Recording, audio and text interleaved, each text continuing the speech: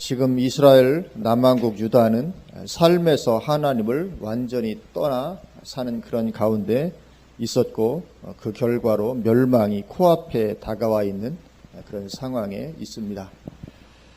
하나님은 그렇게 유다를 심판하시기로 작정하십니다. 그렇게 그들의 죄악으로 말미암아 유다를 심판하시기로 작정하시고는 옛날을 추억하십니다. 옛날, 그때가 좋았는데. 우리도 옛날을 좋았던 시절을 종종 추억하면서 그때가 참 좋았는데, 그렇게 하는 것처럼 하나님도 옛날을 추억하시죠. 이스라엘의 신앙이 좋았을 때 그때를 추억하십니다. 죄로 말미암아 망해가는 그 이스라엘, 심판을 눈앞에 두고 있는 그 이스라엘을 보시면서 옛날에는 참 좋았던 적이 있었는데 추억을 하시죠. 오늘 본문 1절과 2절입니다. 여호와의 말씀이 내게 임하니라 이르시되 가서 예루살렘의 귀에 외칠지니라. 여호와께서 이와 같이 말씀하시기를 내가 너를 위하여 네 청년 때의 인애와 내 신혼 때의 사랑을 기억하노니. 여기 청년 때의 인애와 신혼 때의 사랑은 같은 것을 가리킵니다. 반복해서 강조하는 것이죠. 곧 씨 뿌리지 못하는 땅 그 광야에서 나를 따랐습니다. 그 광야에서 나를 따랐습니다. 그때를 하나님께서 추억하시는 것입니다. 출애굽 후에 광야 생활 40년을 가리킵니다. 하나님은 그때를 추억하십니다. 물론 그때도 이스라엘의 신앙이 탁월했다고는 말할 수 없죠. 그들은 항상 하나님을 거역하는 백성들이었습니다. 그러나 그럼에도 불구하고 그때가 이스라엘 역사에서는 그래도 가장 신앙이 좋은 때였습니다. 그때는 그들이 삶에서 하나님을 따랐기 때문에 그렇죠. 2절 마지막 부분에 그 광야에서 나를 따랐습니다. 하나님을 따랐던 그 시절을 하나님 추억하십니다. 그래서 이처럼 우리 신앙은 하나님을 따르는 삶이지요. 그 광야에서 나를 따랐습니다. 이게 신앙입니다. 하나님을 따르는 삶. 그게 신앙인 것이죠. 신앙은 삶이지 일주일에 한두 번 하는 종교적 행위가 아닙니다. 우리가 교회에 나오고 예배 드리고 의식을 지키는 어떤 이런 행위, 물론 그것도 중요한 필수적인 요소임에는 틀림없이 없지만, 그러나 신앙의 본질은 삶으로 드러나는 것입니다. 삶이 신앙인 거죠. 삶에서 하나님을 따르는 것, 그것이 우리의 신앙인 것입니다. 그래서 로마서 12장 1절에도 그러므로 형제들아 내가 하나님의 모든 자비하심으로 너희를 권하노니 너희 몸을 하나님이 기뻐하시는 거룩한 산 제물로 드리라. 이는 너희가 드릴 영적 예배니라. 아멘. 그래서 여기 로마서 12장 1절에서 몸을 드리라. 하나님의 모든 자비하심으로 너희를 권하노니 너희 몸을 그렇게 드리라. 여기 몸을 드리라는 말은 삶을 드리라는 말이죠. 우리 몸을 하나님께 어떻게 드리겠습니까? 내 몸뚱이를 불에 태워 드리려는 것도 아니고, 너희 몸을 드리라 그 말씀은 우리의 삶을 드리라, 그런 의미가 강한 것이지요. 그래서 참된 예배, 우리가 하나님께 드려야 될 영적 예배는 이처럼 삶으로서의 예배인 것입니다. 삶으로 하나님을 따르는 것. 마치 이 광야에서 이스라엘 백성들이 그렇게 하나님을 따랐듯이 삶으로 하나님을 따르는 것, 그것이 우리의 신앙입니다. 그리고 하나님이 그렇게 하나님을 따르는 삶으로서의 신앙, 그것을 청년 때의 인애와 신혼 때의 사랑이라고 말씀하십니다. 청년 때 인애와 신혼 때의 사랑, 그것이 삶으로 하나님을 따르는 신앙을 말씀하고 있는 것이죠. 그래서 이 시절, 이 청년 때와 신혼 때 이 시절의 사랑은 결코 형식적일 수가 없습니다. 청년 때, 또 신혼 때 그 사랑이 어떻게 형식적일 수가 있겠습니까? 형식적일 수가 없는 것이죠. 결코 의식적일 수가 없습니다. 이때의 사랑은 삶 전체를 뒤흔드는 사랑인 거죠. 20대의 사랑, 이건 삶 전체를 뒤흔드는 사랑입니다. 그런데 그것이 바로 신앙이라는 거죠. 우리의 신앙이 뭐냐면 하나님을 사랑하는 것인데, 어느 정도 사랑하냐면 우리 삶 전체를 뒤흔들 정도로 청년 때의 인애와 신혼 때의 사랑과 같은 그런 사랑으로 하나님을 따르는, 삶으로 하나님을 따르는, 그게 바로 신앙이다, 그렇게 말씀을 하고 있습니다. 그래서 그렇기 때문에 그런 신앙 가운데 있을 때는 당연히 하나님께서 놀랍게 함께해 주십니다. 삶으로 하나님을 따르는 그런 신앙 가운데 있을 때 하나님 놀랍게 함께 해주시죠. 그것이 3절 말씀입니다. 이스라엘은 여호와를 위한 성물 곧 그의 소산 중 첫 열매이니 그를 삼키는 자면 모두 벌을 받아 재앙이 그들에게 닥치리라. 여호와의 말씀이니라. 이처럼 하나님은 이스라엘을 하나님과 동일시 해주시는 것이죠. 마치 이스라엘이 공격을 받으면 하나님 당신께서 그렇게 공격을 받으신 것처럼 그렇게 여기시고 가만두지 않으시겠다는 거죠. 동일시 해주시는 것입니다. 이것은 창세기 12장 3절에 너를 축복하는 자에게는 내가 복을 내리고 너를 저주하는 자에게는 내가 저주하리니 이것과 마찬가지입니다. 이렇게 해주시겠다는 거죠. 하나님께서 아브라함에게 아브라함아 너를 축복하는 자에게는 내가 복을 내리고 너를 저주하는 자에게는 내가 저주하겠다. 아브라함과 하나님을 동일시하시는 것이죠. 이것이 놀라운 하나님의 자녀들을 향하신 하나님의 엄청난 은혜요 축복인 것이죠. 그래서 이 창세기 12장 3절도 아브라함이 어떻게 이렇게 하나님께서 놀랍게 함께해 주시는 가운데 들어갈 수 있습니까? 그것도 역시 동일하게 아브라함이 삶으로 하나님을 따랐을 때 이것이 이루어지는 것이죠. 그러니까 하나님께서 아브라함에게 너 고향과 친척과 아비 집을 떠나서 내가 내게 지시할 땅으로 가라. 그럴 때 아브라함이 갈 바를 알지 못하지만 그러나 하나님의 말씀이 그러하기 때문에 말씀에 순종하여 내 삶으로 하나님을 따라가는 삶을 사는 것이죠. 그렇게 할 때 그러면 누구든지 너를 축복하는 자에 내가 복을 내리고 너를 저주하는 자에 내가 저주하겠다. 그런데 아브라함이 하나님께서 말씀하셨음에도 불구하고 안 따라갑니다. 여전히 그 하란 땅에서 또는 갈대우르에서 머물러 있다. 그럼에도 불구하고 하나님께서 이렇게 해주실 리가 없는 것이죠. 그래서 우리가 그렇게 하나님을 삶으로 따라가려는 신앙 가운데 있고자 애를 쓸 때 놀랍게 하나님께서 함께해 주는 이런 역사가 실제적으로 우리 삶 가운데 임하게 될 줄로 믿습니다. 이건 예나 지금이나 항상 그렇습니다. 하나님은 하나님의 자녀들의 삶 가운데 함께 하시는 것을 대단히 기뻐하시는 하나님이시기 때문에 놀랍게 함께 해주시는 것이죠. 그래서 우리는 반드시 신앙, 삶으로 하나님을 따르는 이 신앙을 우리가 가져야 될 줄로 믿습니다. 우리 신앙은 단순히 그냥 몇 가지 의식 행하고 주일 되면 교회 와서 예배드리는 그런 차원 정도가 아니고 우리 신앙은 삶입니다. 일주일 월요일부터 토요일까지 일주일의 이 삶 자체가 우리 신앙인 것이죠. 그 삶에서 우리는 하나님을 따르고자 애를 써야 될 줄로 믿습니다. 그게 참된 신앙이라고.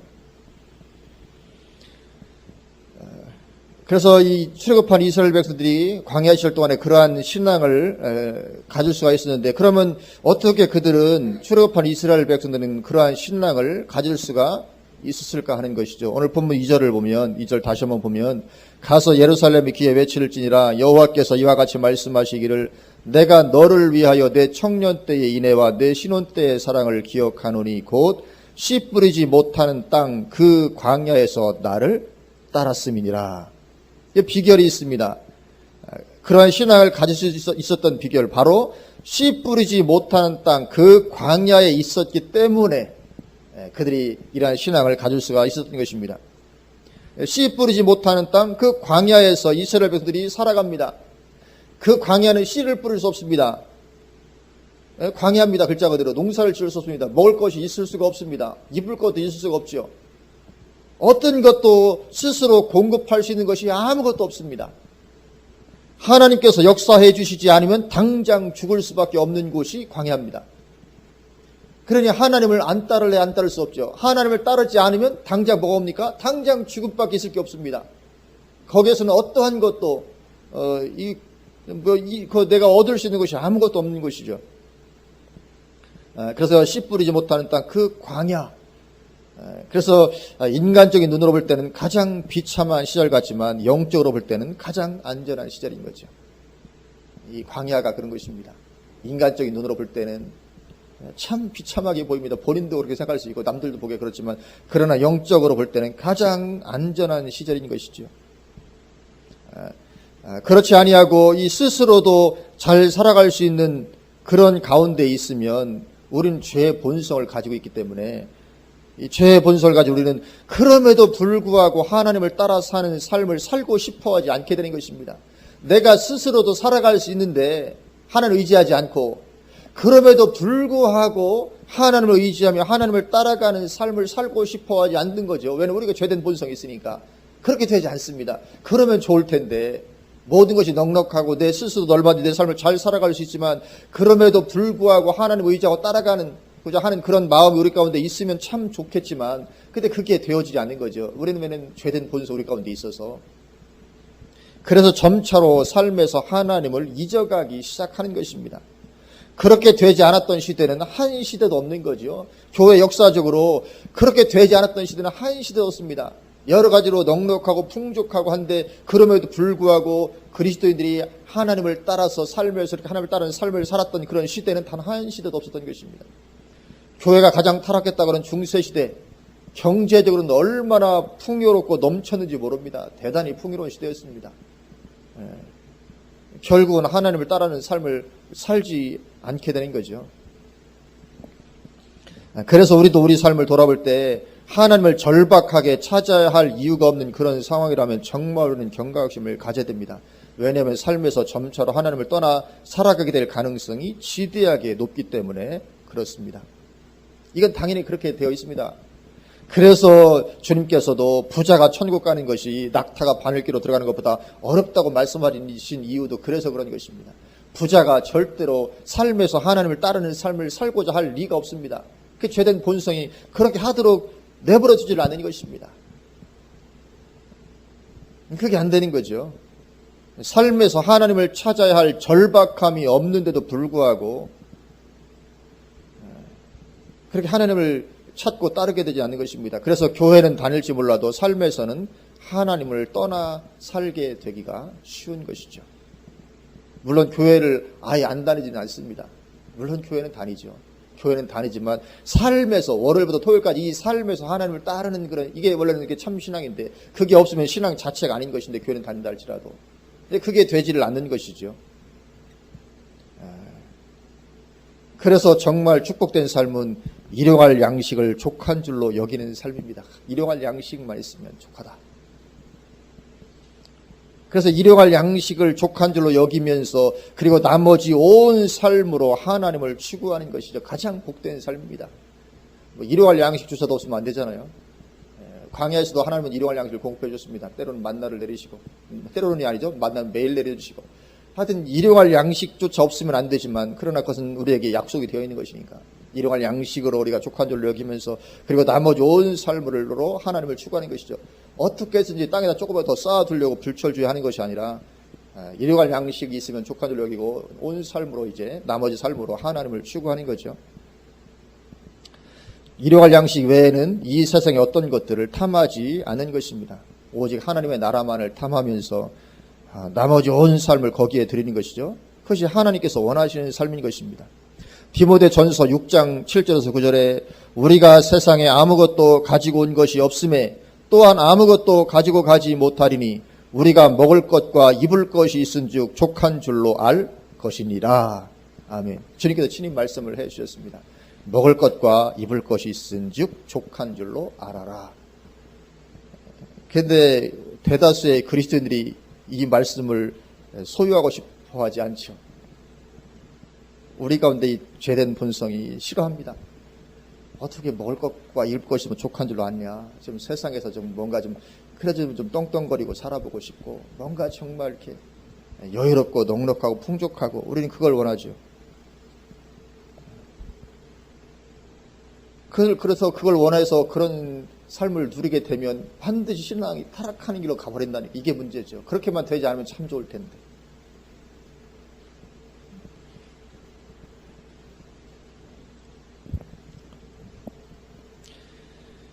그래서 우리가 이 먹을 것과 입을 것이 있은즉 족한 줄로 아는 이런 신앙 가운데로 들어가지 못하면 결국 이스라엘처럼 삶에서는 하나님을 떠나 살다가 심판에 들어가게 되고 많은 것입니다. 그래서 계속 디모데전서 계속 읽어보면 우리가 먹을 것과 입을 것이 있은즉 족한 줄로 알 것이니라. 부하려 하는 자들은 시험과 올무와 여러 가지 어리석고 해로운 욕심에 떨어지나니 곧 사람으로 파멸과 멸망에 빠지게 하는 것이라. 그래서 부하려 하는 자들, 풍족하고 넉넉하게 살기 위해서 애를 쓰는 자들 결국은 파멸과 멸망에 빠지게 되고 만다. 그렇게 경고를 해 주시고 있습니다. 쉽지 않지만 우리는 먹을 것과 입을 것이 있으니 조카들로 하는 그런 신앙으로 좀 세워졌으면 좋겠습니다. 물론 쉽지 않습니다. 그러나 그것이 신앙이고, 그것을 벗어나면 결국 우리는 삶에서 하나님을 따르는 삶을 살기가 정말 어려워지니까 이런 신앙으로 우리가 정말 세워져야 될 줄로 믿습니다. 우리는 흔히 영적인 데 있어서도 이 돈이 좀 넉넉히 있으면 하나님을 위해서 큰 일을 할 수 있을 텐데 생각하면 안타까워하죠. 돈이 좀 넉넉히 있으면 뭔가 하나님을 위해서 내가 좀 큰 일 좀 할 수 있을 것 같은데, 근데 그렇지 않으니까 못하는 것을 안타까워합니다. 그러나 하나님은 나에게서 그런 큰 일을 기대하지 않으십니다. 하나님은 그런 나에게로부터 그런 큰 일을 기대하지 않으시는 것입니다. 우리 교회로부터도 그런 큰 일을 기대하지 않으실 것입니다. 오히려 하나님은 내 삶의 자리에서 진실되게 하나님과 동행하는 것을 원하시죠. 내가 무슨 큰 일 이루는 걸 원하는 것이 아니라 내 삶의 자리에서 정말 진실되게 하나님과 동행하는 것을 원하시죠. 물론 그게 되면 하나님 그런 사람을 통해서 놀랍게 일을 하시죠. 그러니까 내가 지금 뭔가 큰 일을 하는 게 우선이 아니고, 큰 일 마음을 두지 않지만 그런 삶에서 정말 진실되게 하나님을 따르고 동행하는 삶을 추구하고 그런 가운데 있으면 하나님은 결국은 그런 사람들을 통해서 큰 일을 하실 수밖에 없는 거죠.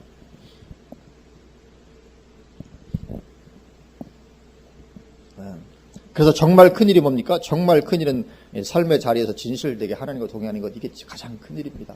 이거보다 큰 것은 없는 것이죠. 그렇지 않고 외형적인 큰 일은 설사 큰 일을 이루었다 할지라도 망하게 되는 일은 얼마든지 있을 수 있습니다.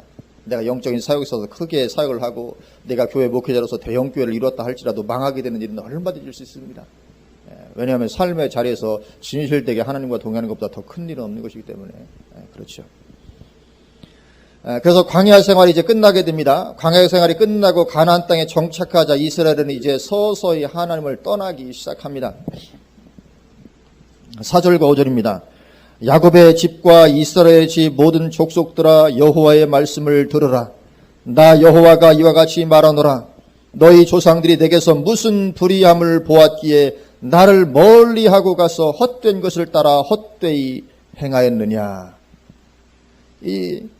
내게서 무슨 불의함을 보았기에 나를 멀리하고, 이 가나안에 정착한 이렇게 되고 말인 것입니다. 가나안에 정착하니 이제 하나님을 멀리하게 되고 말인 것입니다.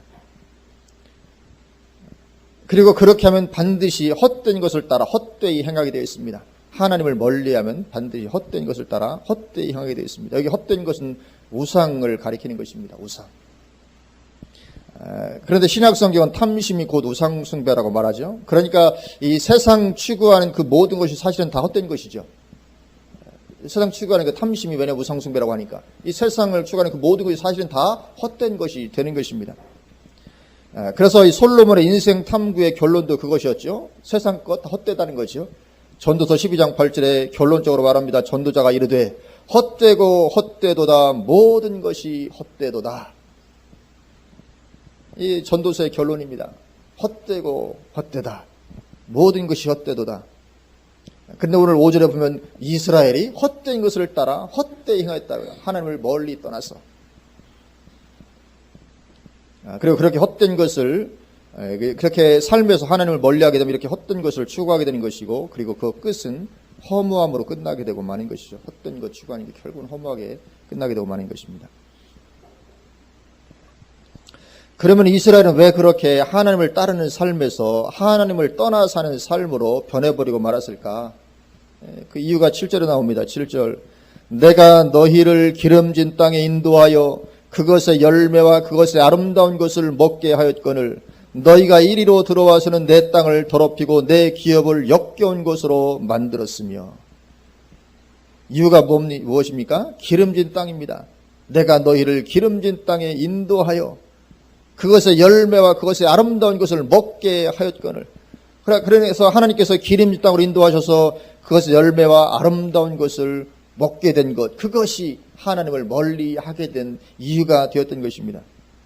이 모든 사람이 원하는 바로 그 안정되고 넉넉해진 삶이 그렇게 하나님을 떠나게 만들었던 것입니다. 광야에서처럼 씨 뿌리지 못하는 땅에 살았더라면 괜찮을 텐데 가나안에 들어가고 나니까 우리가 성경 읽어보아도 보면 솔로몬 시대 같은 경우만 해도 얼마나 풍족합니까? 대단히 풍족했던 것을 보게 됩니다. 어마어마하게 풍족했죠. 그렇게 그것이 열매와 아름다운 것을 먹게 되니까 삶이 안정되고 넉넉해지니까 점차로 삶에서 하나님을 떠나기 시작하는 것입니다. 우리 인생이 그렇습니다. 나에게 지금 나는 풍족하고 넉넉해져도 하나님을 절대로 떠나지 않고 삶에서 하나님을 따를 것이라고 그렇게 생각하기 쉽지만 그러나 실제로 그런 자리에 들어가면 나도 모르는 사이에 점점 하나님을 떠나가게 되는 일은 물론 교회는 나오겠죠. 그러나 삶으로는 하나님을 떠나가게 되는 일은 그러나 얼마든지 쉽게 일어나게 되는 것이죠. 그리고 지금 한국 교회의 상황도 바로 이 지점에 도달해 있는 것입니다. 우리가 부인할 수 없죠. 이 지점에 지금 도달해 있습니다. 그래서 그것이 우리가 정말로 경각심을 가지지 않으면 안 되는 때임을 우리에게 보여주는 것입니다. 그래서 이제 대부분의 그리스도인들이 무섭게 휩쓸려서 신앙이 떠내려가게 되고 말 것입니다. 회복되기 어려울 것입니다. 우리는 원하지만 한국교회에 다시금 부흥이 와서 뭔가 정말 이렇게 좀 되기를 원하지만 쉽지 않을 것입니다. 이 풍족함 가운데 있는 그리스도인들이 모르겠어요. 어쩌면 남북 간의 전쟁이라도 일어나서 다시금 우리가 6.25 이후에처럼 정말 어려운 상태가 되면 좀 부흥이 올지도 모르겠습니다. 근데 넉넉한 상황이 있으면서 부흥을 맞이하는 것은 참 어려운 것 같아요. 유럽 교회도 안 되고 말았잖아요. 미국 교회도 안 되고 있잖아요. 아무리 중보기도 뭐 아이압 같은 데서 열심히 중보기도 한다고 하지만 그 중보기도 가지고 되는 거 가지도 않아요. 그걸 보면 풍족해진 사람들이 정말 삶에서 다시 하나님께로 돌이키는 것은 안 되는 것 같아요. 구약시대 뭐 예레미야 아무리 외쳤지만 결국은 실패했죠. 안 됐습니다. 모르겠습니다. 어떻게 뭐 하나님은 전능하시니까 한국 교회를 다시금 세워주실지 알 수는 없지만 쉽지 않을 거라고요. 왜냐하면 이미 우리는 너무 넉넉하고 풍족한 가운데 이미 들어가 버렸기 때문에. 그래서 결국은 그리스도인들이 그 신앙이 흘러 떠내려가는 거죠. 무섭게 변질되어 가는 가운데 들어갈 수밖에 없는 것입니다.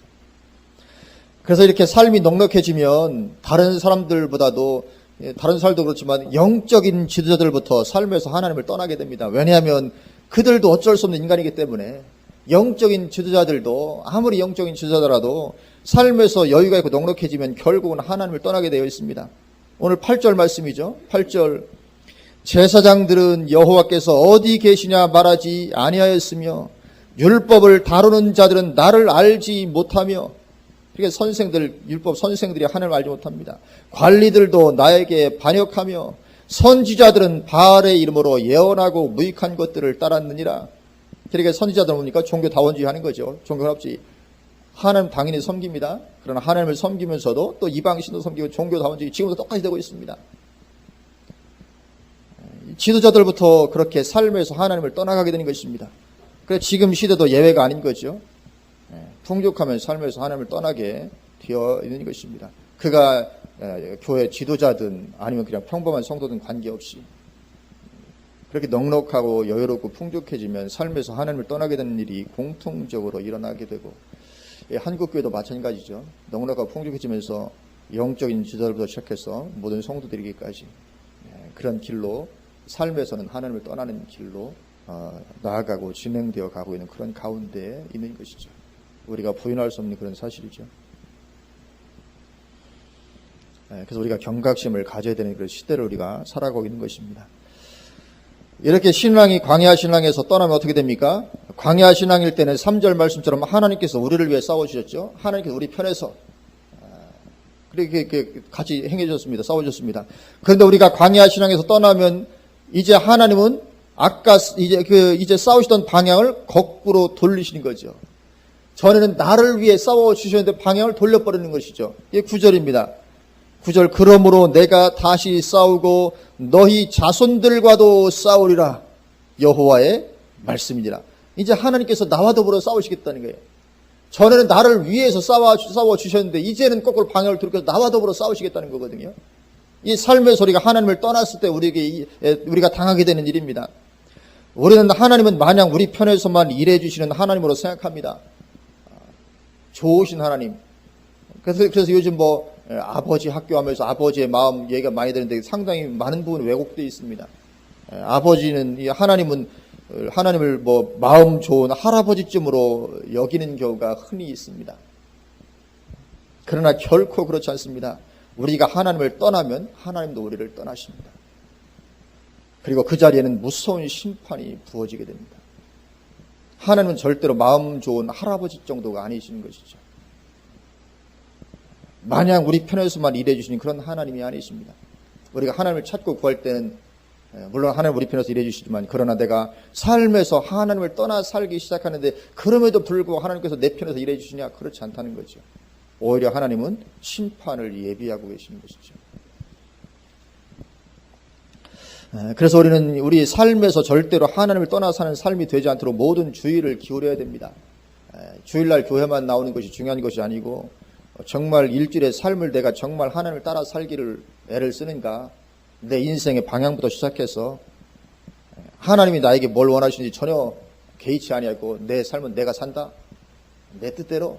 하나님, 내 삶에는 간섭하지 마십시오. 제가 예배는 잘 드리고 헌금도 잘하겠으니까 내 삶의 방향은 그냥 내버려 두십시오. 이건 절대로 신앙이 아닌 것이죠. 정말 삶의 소리는 하나님을 따라 사는 삶을 살아야 되는 것입니다.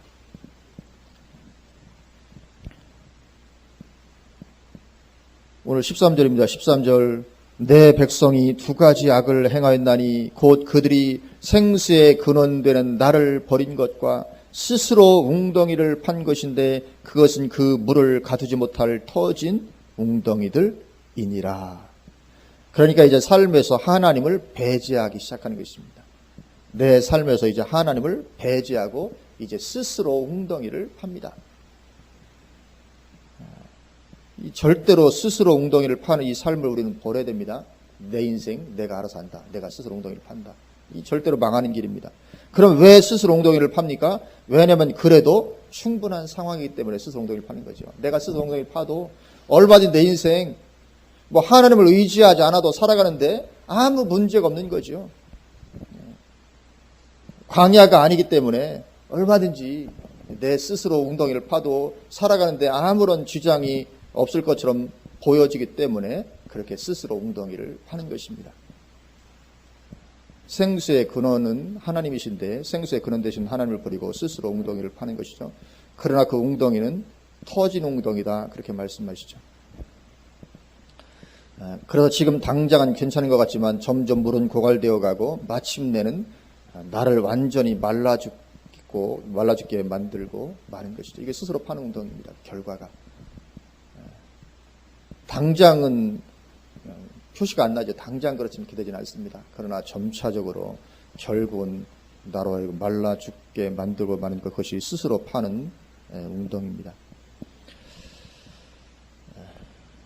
그러니 우리는 내 인생 나 스스로 웅덩이를 파는 삶, 절대로 그 가운데 들어가서는 안 될 줄로 믿습니다. 지금 그런 가운데 있기 때문에 그 삶을 당장 던져버려야 되는 것이죠.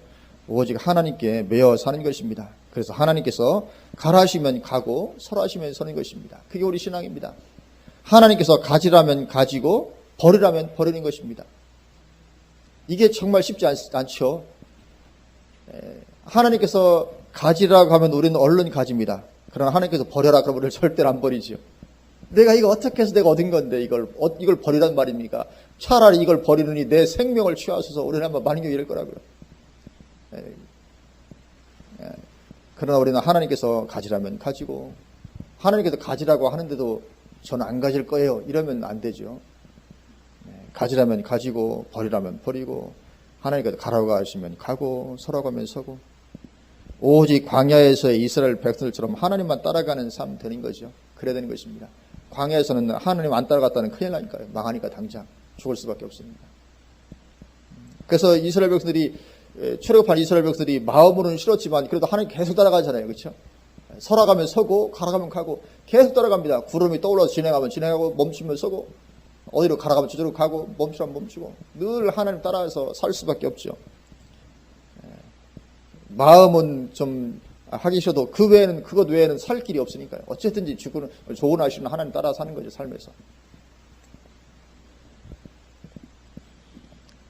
그래서 우리 삶의 환경이 광야이건 광야가 아니건 관계없이 우리는 어쨌든 하나님만 따라가는 그런 삶이 되어야 될 줄로 믿습니다. 그렇게 되기 위해서 우선 출발점 우리가 주야로 기도하는 삶을 회복해야 되는 것인 줄로 믿습니다. 그게 되지 않으면 하나님 따라가는 사는 삶은 결코 되지 않습니다. 그 힘이 생기지 않습니다. 우리가 기도해서 영적인 힘을 얻어야 그렇게 삶에서 하나님을 따라 사는 삶이 가능합니다. 영적인 힘이 없으면 안 됩니다. 영적인 힘이 없으면 이 삶을 사는 것이 가능하지 않습니다. 그래서 정말 우리가 날마다 기도하는 이 삶 우리가 반드시 회복하게 되시기를 주님으로 축원을 드립니다. 쉽지 않지만 정말 우리가 회복해야 됩니다. 다른 어떤 것보다도 기도하는 삶만큼은 우리가 반드시 회복해서 주야로 시간을 내서 사도 바울의 권면처럼 쉬지 말고 기도하라. 정말 쉬지 않고 기도할 수 있는 그런 삶. 그래서 때때로 밤으로 낮으로 우리가 기도할 수 있기로 하고, 그래서 우리가 온 삶으로 하나님을 따라 산 그런 삶이 되시기를 주님의 이름으로 축원을 드립니다. 기도하시겠습니다.